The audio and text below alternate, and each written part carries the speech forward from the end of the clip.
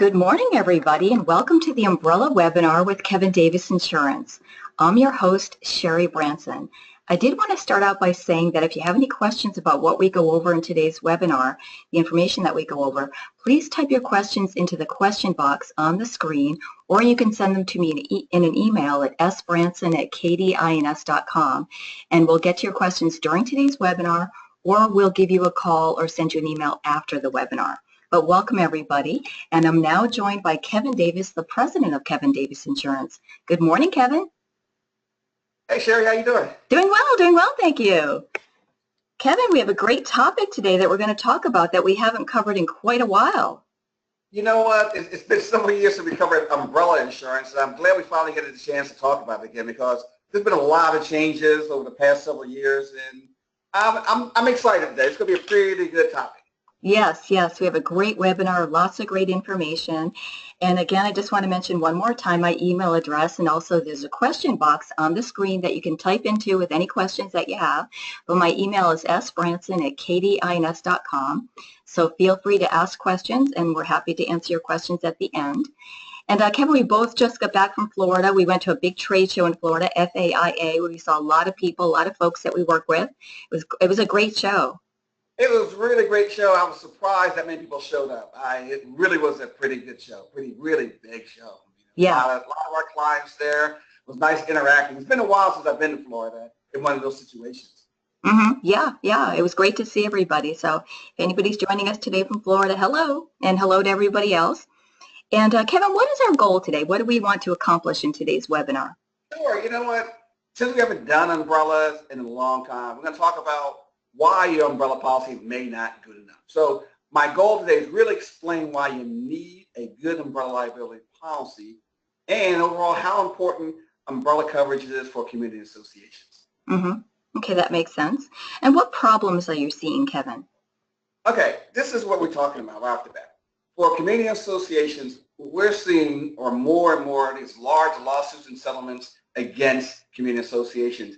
And instead of them getting smaller, we see them getting larger and larger. And the funny thing is, as I was doing the research, I really didn't see a specific reason for it happening. Meaning that normally if the economy is either in a tank or is doing well, people are doing things they shouldn't be doing, or there's legislative issues. We look at the condominium acts all across the country and try to figure out some way of increasing or limiting exposure. But now the claims out there just appears to be kind of random and unexpected and really inconsistent with the way things happened in the past. Okay, can you give us an example, Kevin? Yeah, here's something that we've seen not that long ago. You had a law firm in Sacramento. They won a jury award verdict of $12.5 million against a company that manufactures swimming pools. Okay? And what happened is the company failed to warn people of the dangers of diving into a shallow pool. So you have a company that just manufactures small outdoor pools, right? And what happened, an 11-year-old became a quadriplegic after diving off of a bench into one of their pools. Sad situation, very sad. So the lawsuit claimed that the pool company should have warned the family against putting elevated structures like benches near the pool. Oh, okay. Okay? So basically, it's the pool manufacturer's fault because they didn't give adequate instructions on what not to do. So in other words, it's impossible to predict every situation. So if you start saying, well, you can't put benches there, you can't put stairs there. So the problem is that you see more and more situations where the community association or pool manufacturer, they do the best they can and they still get sued. Absolutely. And that's a big verdict, Kevin, $12.5 million. And that's the reason we're talking about umbrella today as well. And I also, when looking at this situation, I kind of see a lack of personal responsibility as well. Yeah, you know what, and I think that's the bottom line. And when we talk about your personal responsibility, you're probably throughout this whole conversation, you're going to see that's the one thing that connects all these dots here. When we talk about these large amounts of liability awards out there, you're talking about personal responsibility. Absolutely. And with this $12 million verdict, that's a really large verdict for to hit an association. And today we're talking about community association umbrella exposures, that they're facing besides pools. Can you talk about that a little bit, Kevin? Sure. You hit the nail on the head, Chair, when you talk about personal responsibility. Since people out there, are refusing to take this personal responsibility, I believe that community associate exposures have increased.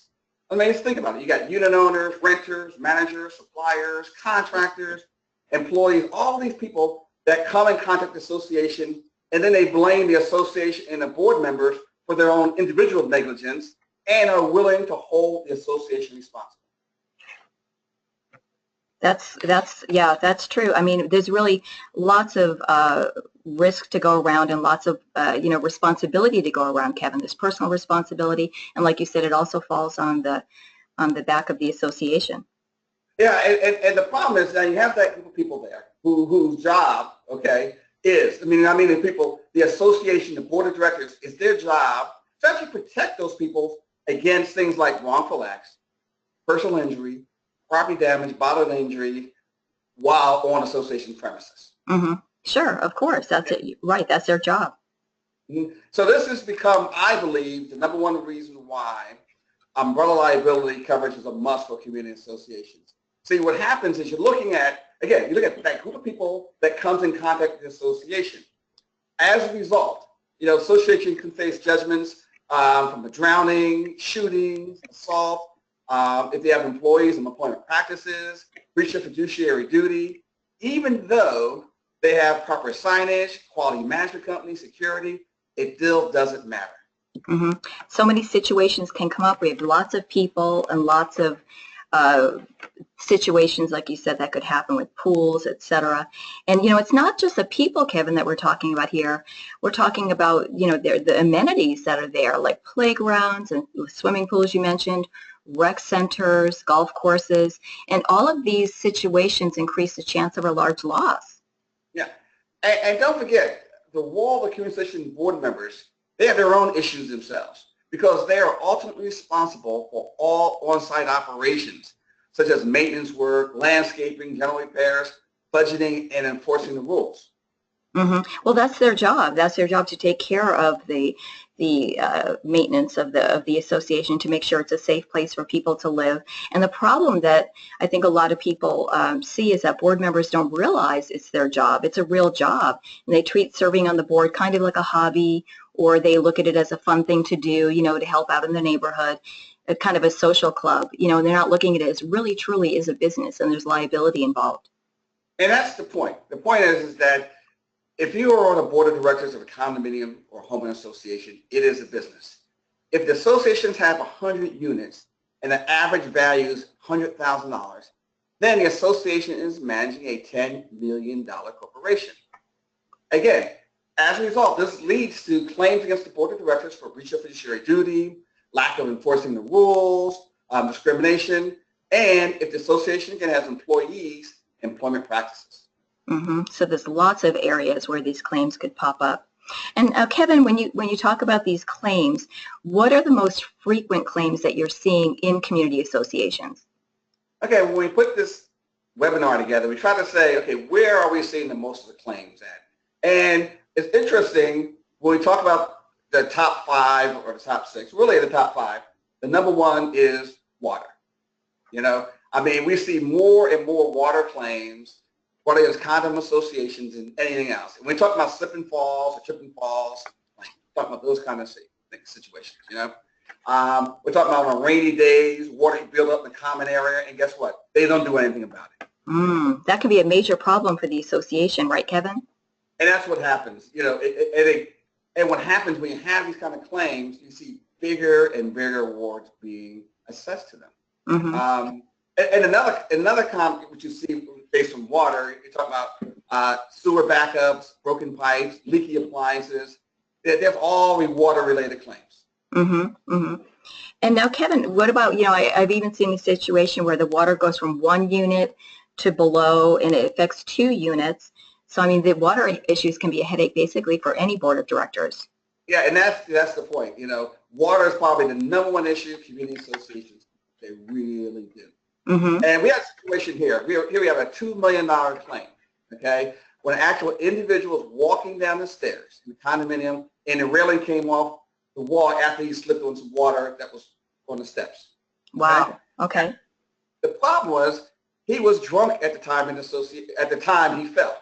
Oh, he was drunk. Okay. Yeah.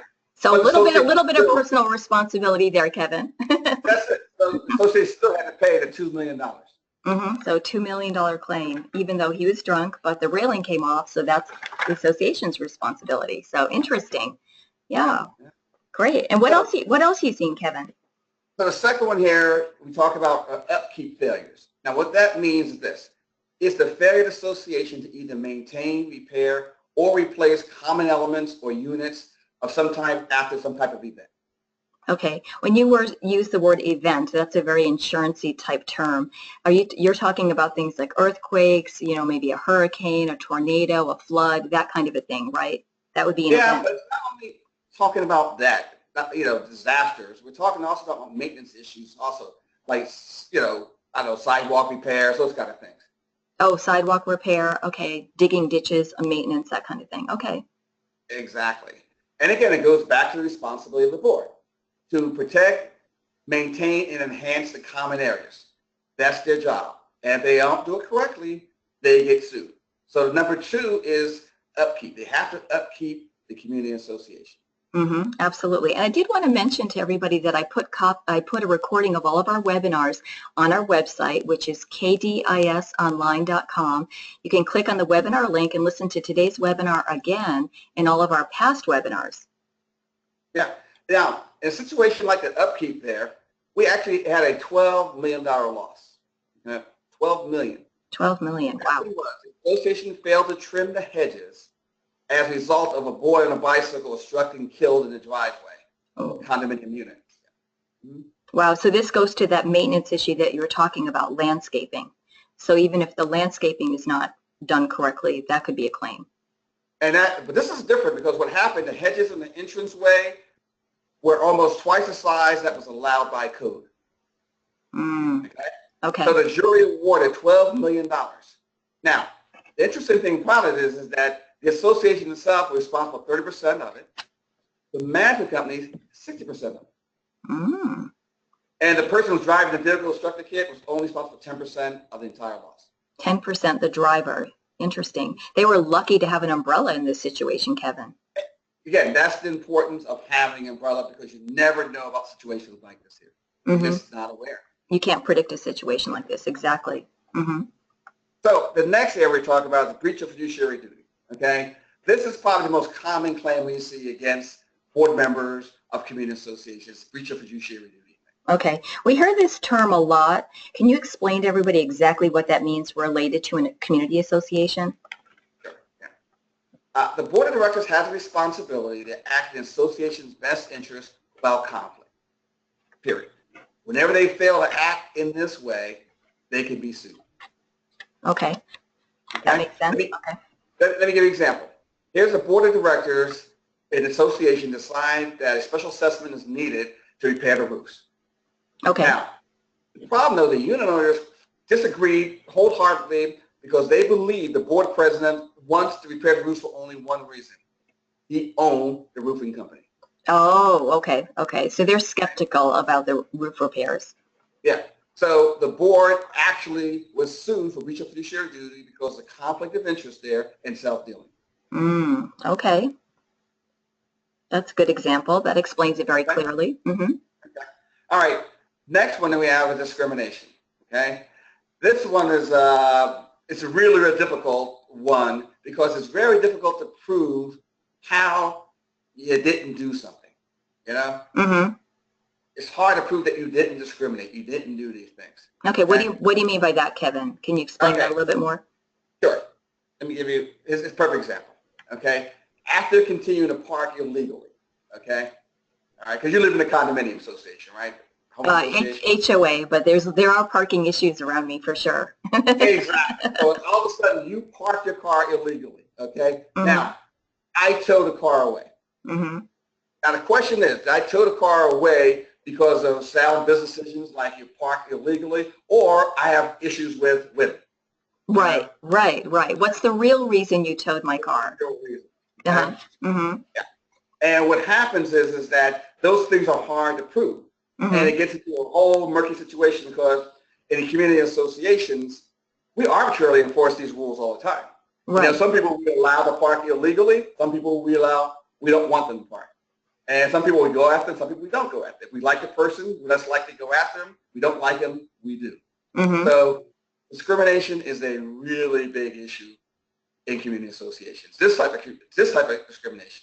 Mm-hmm, mm-hmm. And I've heard that parking is actually one of the #1 issues in associations as well, one of the big issues where a lot of claims are coming in. I would say definitely parking is #1. I would say pets are up there too. Parking, pets, they're the big two. The big ones. Yes, yes. Now, there's another area of discrimination that's out there is for handicapped or disabled people. Mm-hmm. Okay? Okay. Now you start to see them start to have more and more lawsuits through the American Disabilities Act or the Fair Housing Act for failure to make reasonable accommodations. Okay.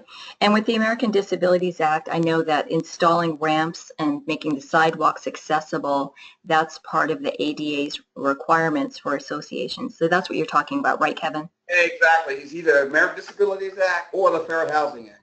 They have to make reasonable accommodations. And again, you have situations out there, we have people in wheelchairs that will go to these associations, usually mixed-use associations, and say, guess what? You're not up to code. And they file a lawsuit. Right, right, absolutely.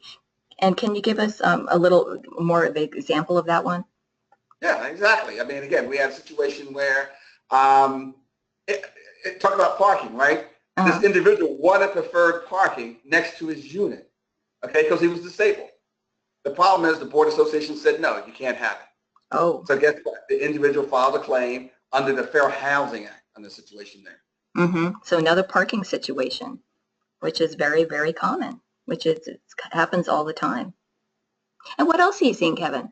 Now, the next one is employment practices liability. If your association have EPLI, it's a problem, okay? Because, you know, even the things that you don't think would be a problem, they are. We had a situation where you had association terminated a 72-year-old employee whose job was just to maintain the front gate of the association. A job he had for over 30 years. He was very popular, association loved him.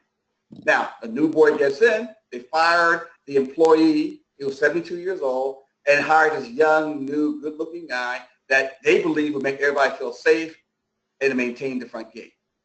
And what happens is the former employee came back and sued for age discrimination.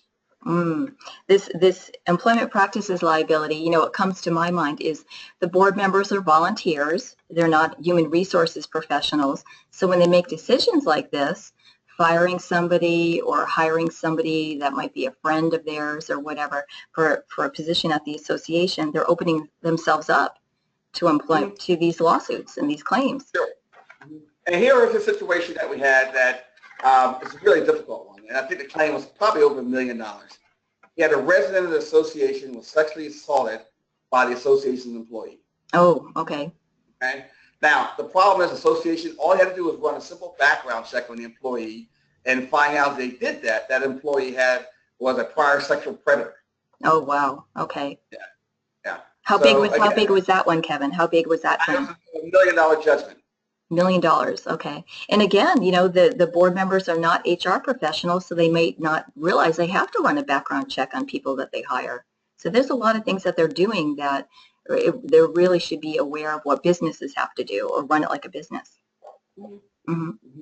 And finally, we got a bunch of miscellaneous kind of situations that we kind of lumped together. Like, for example, we had a situation where we had 2 children were taken to the hospital because of mercury poisoning. Ooh. Okay.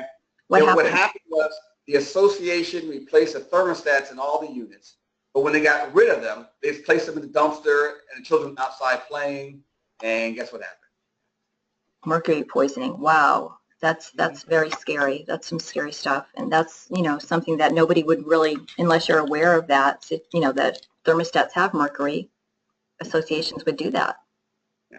Mm-hmm. We also had a few children burned in showers because, well, they had the water heater was not adjusted properly. The setting was too high on water heaters. And again, we had several children that were burned. Pool accidents, they happen. People diving in and out on the shallow end, but not swimming properly. So we had several pool accidents. And then you see things like failure to have adequate security, lighting, which led to robbery and assault. So those are kind of things that we see, just kind of normal kind of lawsuits. Again, and most of these things are over the $1 million general liability limit. Absolutely. Big claims. These are all large claims. And that's now, why here's one that was really in a community association that was just one of those horrific situations where a unit owner went to the trash receptors looking for his cell phone. It got dumped in there, and what happened was it resulted in his death. Oh, wow. That's a bizarre one, Kevin. That's a really bizarre one. Yeah, the problem is a trash compactor room is locked and requires 2 people to enter the building, to enter into the trash compactor. Well, keys were given to that one person. He went in by himself, and guess what? He was alone in there. The thing started. That was it. Wow. It cost the association $2 million. $2 million. Wow. That's sad. That's really tragic. And that could have been easily avoided. Wow. And that's why we need umbrella liability insurance, Kevin, for situations that you just talked about. That's it. That's what we're talking about here. Why the umbrella is necessary. That's the reason. And now we've talked about a lot of claims and, in situations that can happen at community associations because we've got people, we've got equipment, we've got all kinds of things going on, swimming pools. Now, can you explain to everybody joining us today what exactly is umbrella liability? Okay, sure. When we talk about umbrella liability, umbrella insurance provides protection for claims in excess of the general liability, employer's liability, auto, and the D&O limit by providing an extra protection in case of catastrophic loss or other uncovered losses. Okay. So it protects catastrophic loss coverage, basically. Okay. And it provides the kind of protection you need so you have to worry about draining your reserve account or sell off your assets to cover the loss. Yeah, we don't want to have to sell off our assets to cover a loss. That would not be good. Exactly. So now, the key thing is a lot of different terms when you talk about umbrella. There's excess liability protection, commercial umbrella, commercial excess liability, commercial umbrella liability, but they all commonly use forms. Now, but you got to be careful because there's a difference between the umbrella policy and an excess liability policy. There are differences. Okay. And I guess it's critical to understand those differences. Yeah. This is what it boils down to. A straight excess liability policy is not broader than the primary coverage and does not extend coverage to any exposures that are not covered by the underlying policy. Okay. Okay? Where the umbrella policy is broader than the straight excess because it extends or expands liability protection by covering some losses that will be excluded under the underlying insurance. I see. Okay. Yeah, you don't see. You have no idea what I said.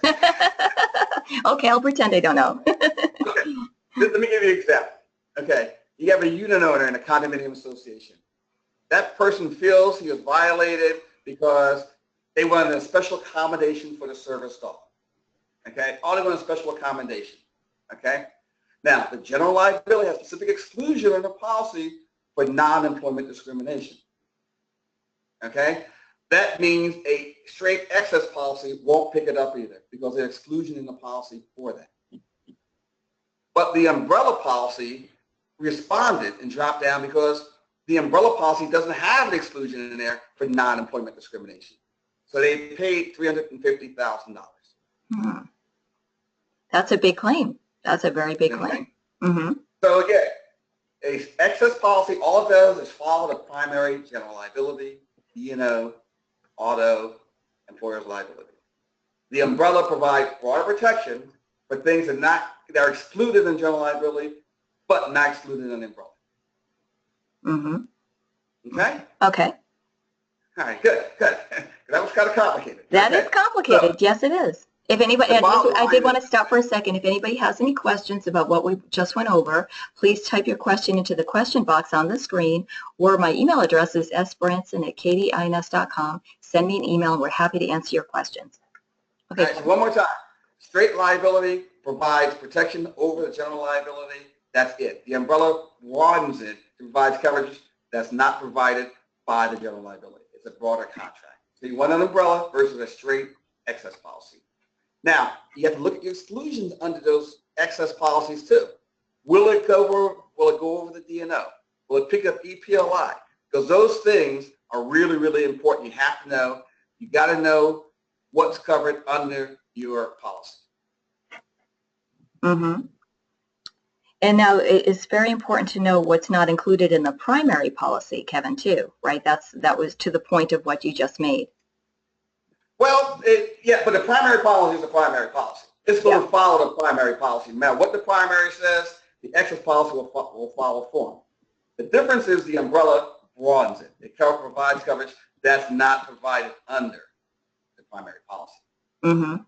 Absolutely. Anyway, the bottom line is this. Go with a true umbrella policy. Mm-hmm. Okay? For the best coverage. For the best coverage. Exactly. I'm going to give you 3 reasons why a true umbrella makes sense. Okay? Mm-hmm. First reason is that it provides additional limit of liability to your insured in the event of that major claim. The GL, auto, all those things in there. So if you have a major claim, it provides it just like the excess liability did.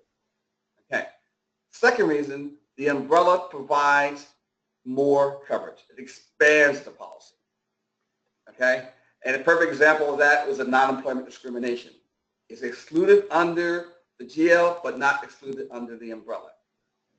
The third reason is that the umbrella policy drops down and provides coverage over the primary limit when their primary is reduced by a loss. Meaning this goes back to that wrongful death situation. Once that $1 million is paid out, coverage is done. General liability is over. They won't pay anymore. Now, let's say another claim comes in, a slip and fall comes later on that year. There's no more limit left on the general liability policy. There's a $125,000 judgment against that insured. The umbrella pays $125,000. Mm-hmm. Absolutely. Okay? Okay, so the motto is go with a true umbrella. Go with a true umbrella. You have the best coverage with a true umbrella. Mm-hmm. And now, Kevin, can you explain again the primary coverage the umbrella goes over and what the underlying insurance limits should be under an umbrella? Sure. General liability has to be $1 million per occurrence. You have a $1 million personal advertising injury, $1 million product completed operations, and a $2 million general aggregate. The auto should be a $1 million single limit for autos, combined single limit. The employer's liability should be a $500,000, $500,000, and $500,000. The D&O and liquor liability has to be $1 million. These are all minimum requirements, and the underlying carrier best rating for those has to be A7 or better. Okay, great. Again, if you have any questions about what we go over today, we're putting a lot of information into this webinar. Please feel free to type your question in the question box or send me an email at sbranson@kdins.com, and I put a recording of all of our webinars on our website at kdisonline.com. And now, Kevin, a lot of people ask me this question, and I'm sure you get asked this question quite a bit. Why can't you just add an additional limit to the existing policy rather than getting an umbrella? Sure. You can do that. The problem is the most cost-effective way to go is getting umbrella. You'll spend less on premium that way, have greater protection with that umbrella policy. Again, instead of getting higher limits in the GL, the auto, the D&O, all those policies, you buy one umbrella policy and extends coverage over all those policies. Okay, that makes sense. So basically, it's a win-win. You're getting better coverage and it's costing less money. Mm-hmm. If you get an umbrella, then rate, okay.